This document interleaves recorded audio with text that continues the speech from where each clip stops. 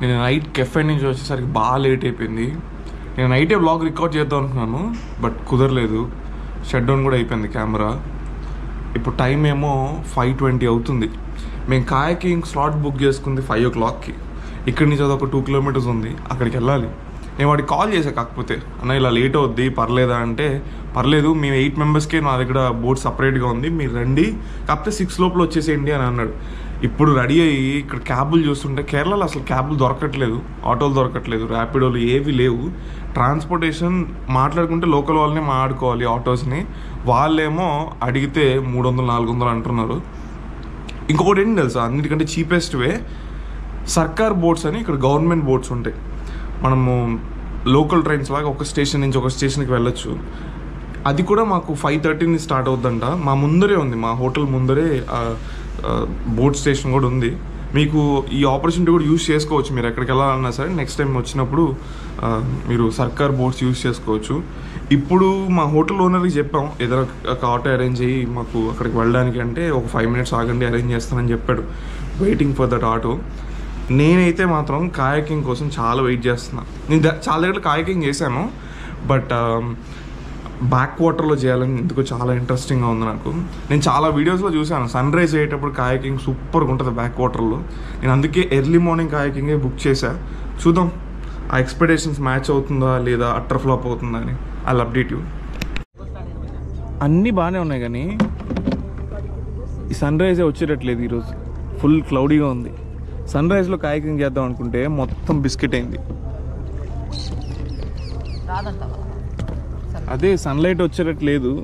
Sun rise మనం అయితే ఖచ్చితంగా చూడలేం, ఫుల్ క్లౌడీగా ఉంది ఈరోజు.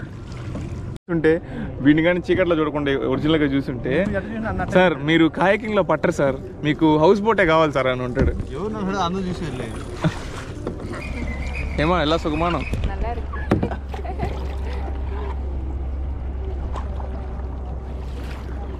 ఏదో అనుకున్నాం కానీ కొద్దిసేపు అయిన తర్వాత చేతులు నొప్పులు వస్తున్నాయిరా. కానీ ఎడ్జెస్లో పట్టుకుంటే చేతుల నొప్పులు రావట్లే. మనం ఎడ్జెస్లో పట్టుకోవాలా. ఈ బ్లాక్ మార్క్ ఉంది కదా, ఈ బ్లాక్ మార్క్ దగ్గర పట్టుకుంటే మనకి చేతుల నొప్పులు తక్కువ వస్తాయి, హ్యాండ్స్ పెయిన్ రావు. అంతే, అట్లే నేను కూడా చేసేది. పైనే అనాలి, ఎక్కువసేపు లోపలికి వెళ్ళకూడదు. నాకు లెగ్స్ సరిపోవట్లేదు అని వాడు పెద్ద బోట్ ఇచ్చాడు. మనందరినీ ఫోటో తీయడానికి ఆయన ఫోటో అయిపోయేటట్టున్నాడు.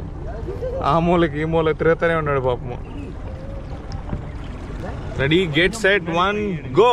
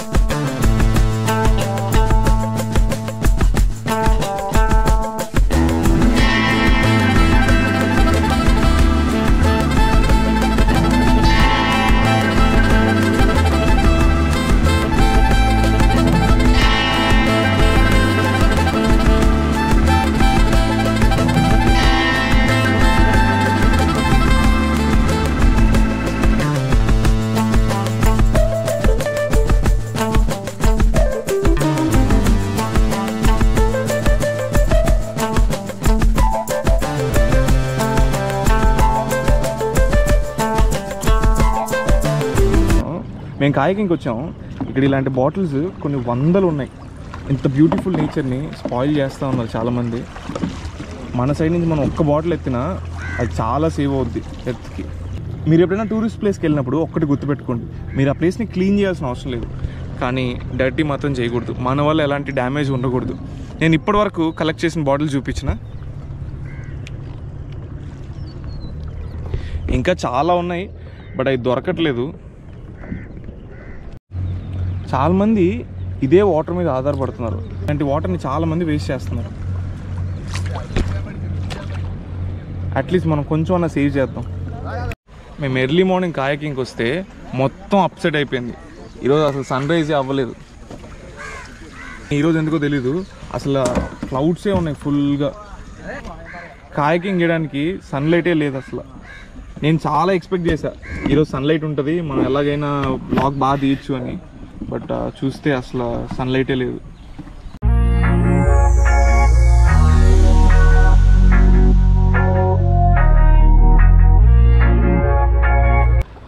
థ్యాంక్స్ కచరా నీ పెరికేని థ్యాంక్స్.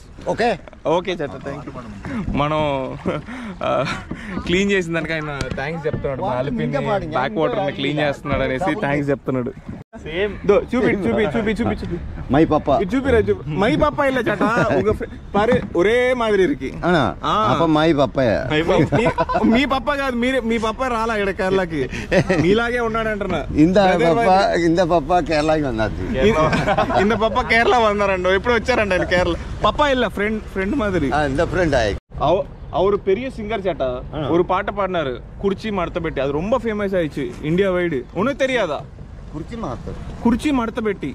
குர்ச்சி மடத்த பெட்டி ரொம்ப ఫేమస్ ఆయిడ్చి సాంగ్. సీరియస్ చేట పెట్టి పాట మీలాగే ఉంటాడు చేట ఆయన. కుర్చీ మడత పెట్టి పాట భలే పాడతాడు.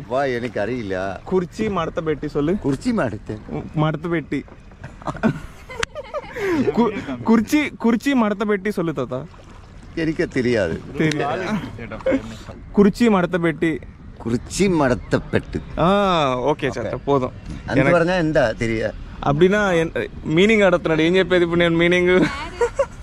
Chair folding. Bye bye. ఈయన మా కోచ్ హేమ. నాకు చేతులు నొప్పులు ఉన్నాయని చెప్పి ఆయన బోటుకి కట్టేసింది. హేమ నీ సుఖమానం. వీళ్ళు ఎవ్వరూ రూల్స్ ఫాలో అవ్వట్లేదు. కొంచెం అయితే యాక్సిడెంట్ అయిపోయింది. అది నేను కాయకింగ్ బాగుంటుంది అనుకున్నాను కానీ ఇంత బాగుంటుంది అనుకోలేదు. నిజంగా వర్త్. వీళ్ళు చెప్పడం 500 చెప్పారు. మళ్ళీ మేము ఒక 8 మెంబర్స్ ఉన్నామంటే కొంచెం డిస్కౌంట్ ఇచ్చి ఒక్కొక్కరికి 400 చేశారు. 400కి రియల్లీ వర్త్. అసలు చాలా బాగుంది. మెయిన్ మీరు కాయకింగ్ బుక్ చేసుకునేటప్పుడు అడగాల్సింది ఏంటంటే మమ్మల్ని మెయిన్ రోడ్లో కాకుండా ఇలాంటి చిన్న చిన్న నారో రోడ్స్లో తీసుకెళ్ళమని చెప్పి అడగండి. ఇప్పుడు మేము తీసుకొచ్చిన ఒక విలేజ్లోకి తీసుకొచ్చాడు. ఇక్కడ చిన్న చిన్న నారో రోడ్స్ ఉన్నాయి, చూసారు కదా. చాలా తక్కువ స్పేస్ ఉంటుంది అనమాట. మధ్యలో ఇలాంటి బ్రిడ్జెస్, ఇలాంటి టెంకాయ చెట్లు భలే ఉందిలే వ్యూస్. మేము మెయిన్ బ్యాక్ వాటర్స్ కాకుండా విలేజ్ సైడ్ వచ్చామన్నమాట. సో ఈ విలేజ్ సైడ్ అసలు అల్టిమేట్గా ఉన్నాయి రోడ్స్. మీరు నెక్స్ట్ టైం వచ్చినప్పుడు ఏ చేసినా చేయకపోయినా కాయకింగ్ మాత్రం డెఫినెట్లీ చేయండి. You love it. ఈ టన్నెల్ కింద నుంచి వెళ్తుంటే వ్యూ భలే ఉంది కదా. ఇలాంటి టన్నెల్స్ వస్తూనే ఉన్నాయి. ఇలాంటి టన్నెల్స్ మెయిన్ బ్యాక్ వాటర్ రోడ్లో రావు. సో మీరు డెఫినెట్లీ మీ కోచ్ని అడగండి మమ్మల్ని చిన్న విలేజ్ టన్నెల్లోకి తీసుకెళ్ళండి అనేసి. ఇక్కడ చూసారా బట్టలు తూతున్నారు. ఈ వాటర్లోనే బట్టలు తూతున్నారు. ఈ వాటర్లోనే వాళ్ళు అన్నీ వాష్ చేసుకుంటున్నారు. మళ్ళీ ఈ వాటర్లోనే స్నానం కూడా చేస్తున్నారు. వాళ్ళకి అలవాటు అయిపోయినట్టుంది ఈ వాటర్తో. మనకి చాలా కష్టంగా ఉంది చూడడానికి. బ్యాక్ వాటర్ అయితే మాత్రం చాలా బాగుంది. నేను మీకోసం ఒక టైం ల్యాప్స్ తీయడానికి చూస్తాను. మెయిన్ ఇలాంటి నారో రోడ్స్లో వస్తే అడ్వాంటేజ్ ఏంటో తెలుసా? విలేజెస్ లైఫ్ స్టైల్ ఎలా ఉంది, వాళ్ళ కల్చర్ ఏంటి అని చూడొచ్చు. ఇప్పుడు నేను వచ్చిన తర్వాత చూసింది ఏంటంటే ప్రతి ఒక్కరికి ఇల్లు ఎంత ఉందో తర్వాత బ్యాక్ యార్డ్ అంత ఉంది. దాంట్లో different vegetable plants, fruits plants, అంటే అన్ని చాలా రకాల ప్లాంట్స్ ఉన్నాయి. నాకు తెలిసి వీళ్ళు ఏ వెజిటేబుల్స్ బయట కొనుక్కోరనుకుంటా. వీళ్ళకి కావాల్సిన వెజిటేబుల్స్ అన్నీ వీళ్ళే గ్రో చేసుకుంటున్నారు. అండ్ ఒక్కొక్క ఇల్లు కాంపిటీషన్గా కట్టినట్టుంది. నీకంటే నేను బాగా కట్టాలని. చాలా బాగున్నాయి తెలుసు ఇక్కడ హౌసెస్ అన్నీ. మర్చిపోకుండా మీరు విలేజ్ బ్యాక్ వాటర్లోకి రండి. చిన్న చిన్న టన్నెల్స్లోకి వచ్చి చూస్తేనే అసలైన అలిపి అందాలు. ఖచ్చితంగా మీ గైడ్ని అడగండి మమ్మల్ని చిన్న చిన్న నారో టన్నెల్స్లోకి తీసుకెళ్ళండి, విలేజ్ సైడ్ టన్నెల్స్లోకి అని. Because you love it.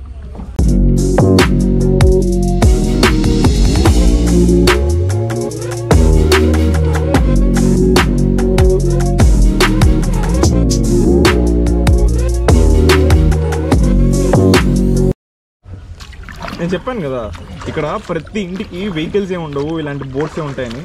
చూడండి, ప్రతి ఇంటికి ఒక బోట్ ఉంటుంది. ఫ్యామిలీకి సరిపోయేంత చిన్న చిన్న బోట్స్ పెట్టుకున్నారు. అండ్ ఈ సైడ్ నుంచి ఆ సైడ్కి దాటి వెళ్ళడానికి వాళ్ళే ఓన్గా బ్రిడ్జెస్ కూడా వేసుకున్నారు. ఇది లేకపోతే ఇంకా దాటి వెళ్ళడం కష్టం అటు సైడ్కి ఇటు సైడ్కి. భలే ఉంది కదా ఈ చిన్న టన్నెల్. నేను ఇప్పుడే ఒకటి గమనించాను. మేము ఇలా కాయకింగ్ చేసుకుంటూ వస్తుంటే ఒక ఇంట్లో ఆమె ఫోన్ మాట్లాడుతుంది కదా, అక్కడ ఫోన్ రింగ్ అయింది. ఏ సాంగ్ తెలుసా? మగధీరల సాంగ్ అది. మగధీరల సాంగ్ కాలర్ ట్యూన్గా పెట్టుకుంది. మన వాళ్ళు తెలుగు వాళ్ళు ఎక్కడ పట్టినా ఫేమస్ అయిపోతున్నారు.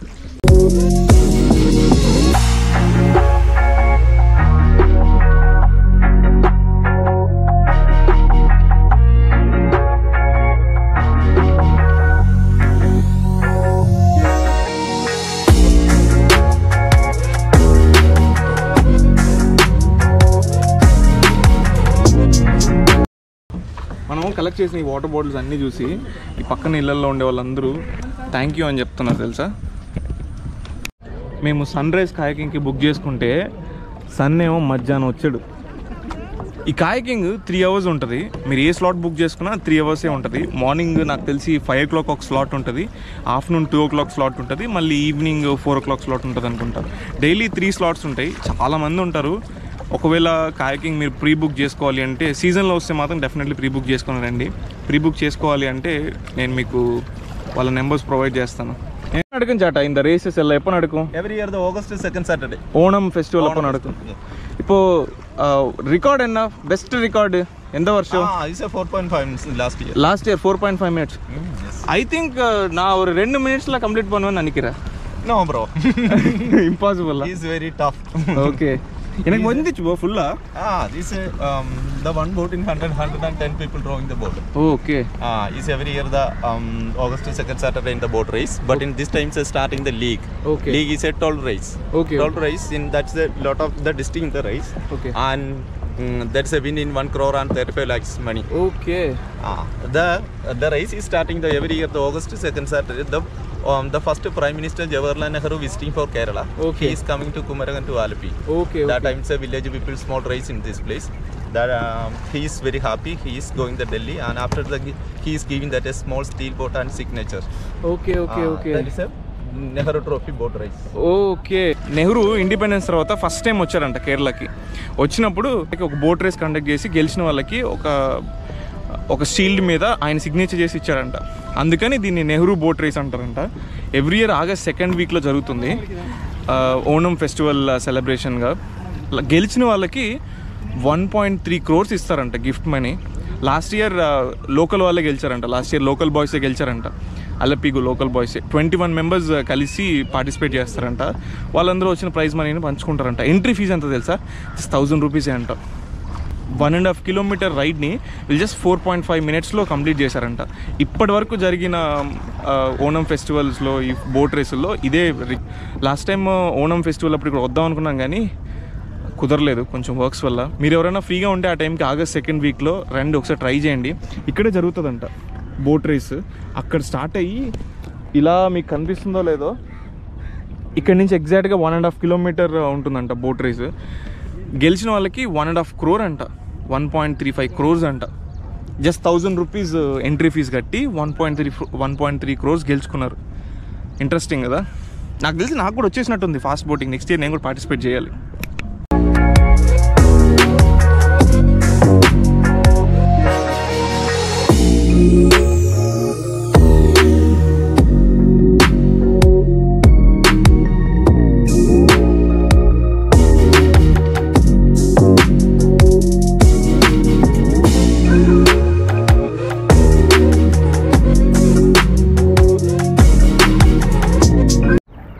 ఇంతసేపు బాగానే చేసాం కానీ ఇప్పుడు పెద్ద బోట్స్ అన్నీ స్టార్ట్ అయ్యేసరికి ఈ లీవ్స్ అంతా మా సైడే వచ్చేసాయి. నేను తొయ్యలేక చచ్చిపోతున్నాం. నాకెందుకో బైక్స్ బాగా పెరిగిపోయినట్టు అనిపిస్తుంది. చేతులు నొప్పులు. ఆల్మోస్ట్ నాకు తెలిసి ఒక 10 kilometers తిప్పుంటాడు.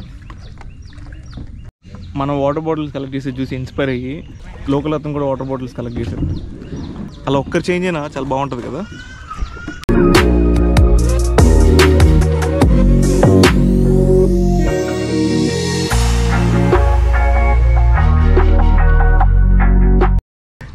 సీమ ఆడితే పట్టి ఏది పాటు సేమ్ ట్విన్ బ్రదర్స్ అనా మై పాప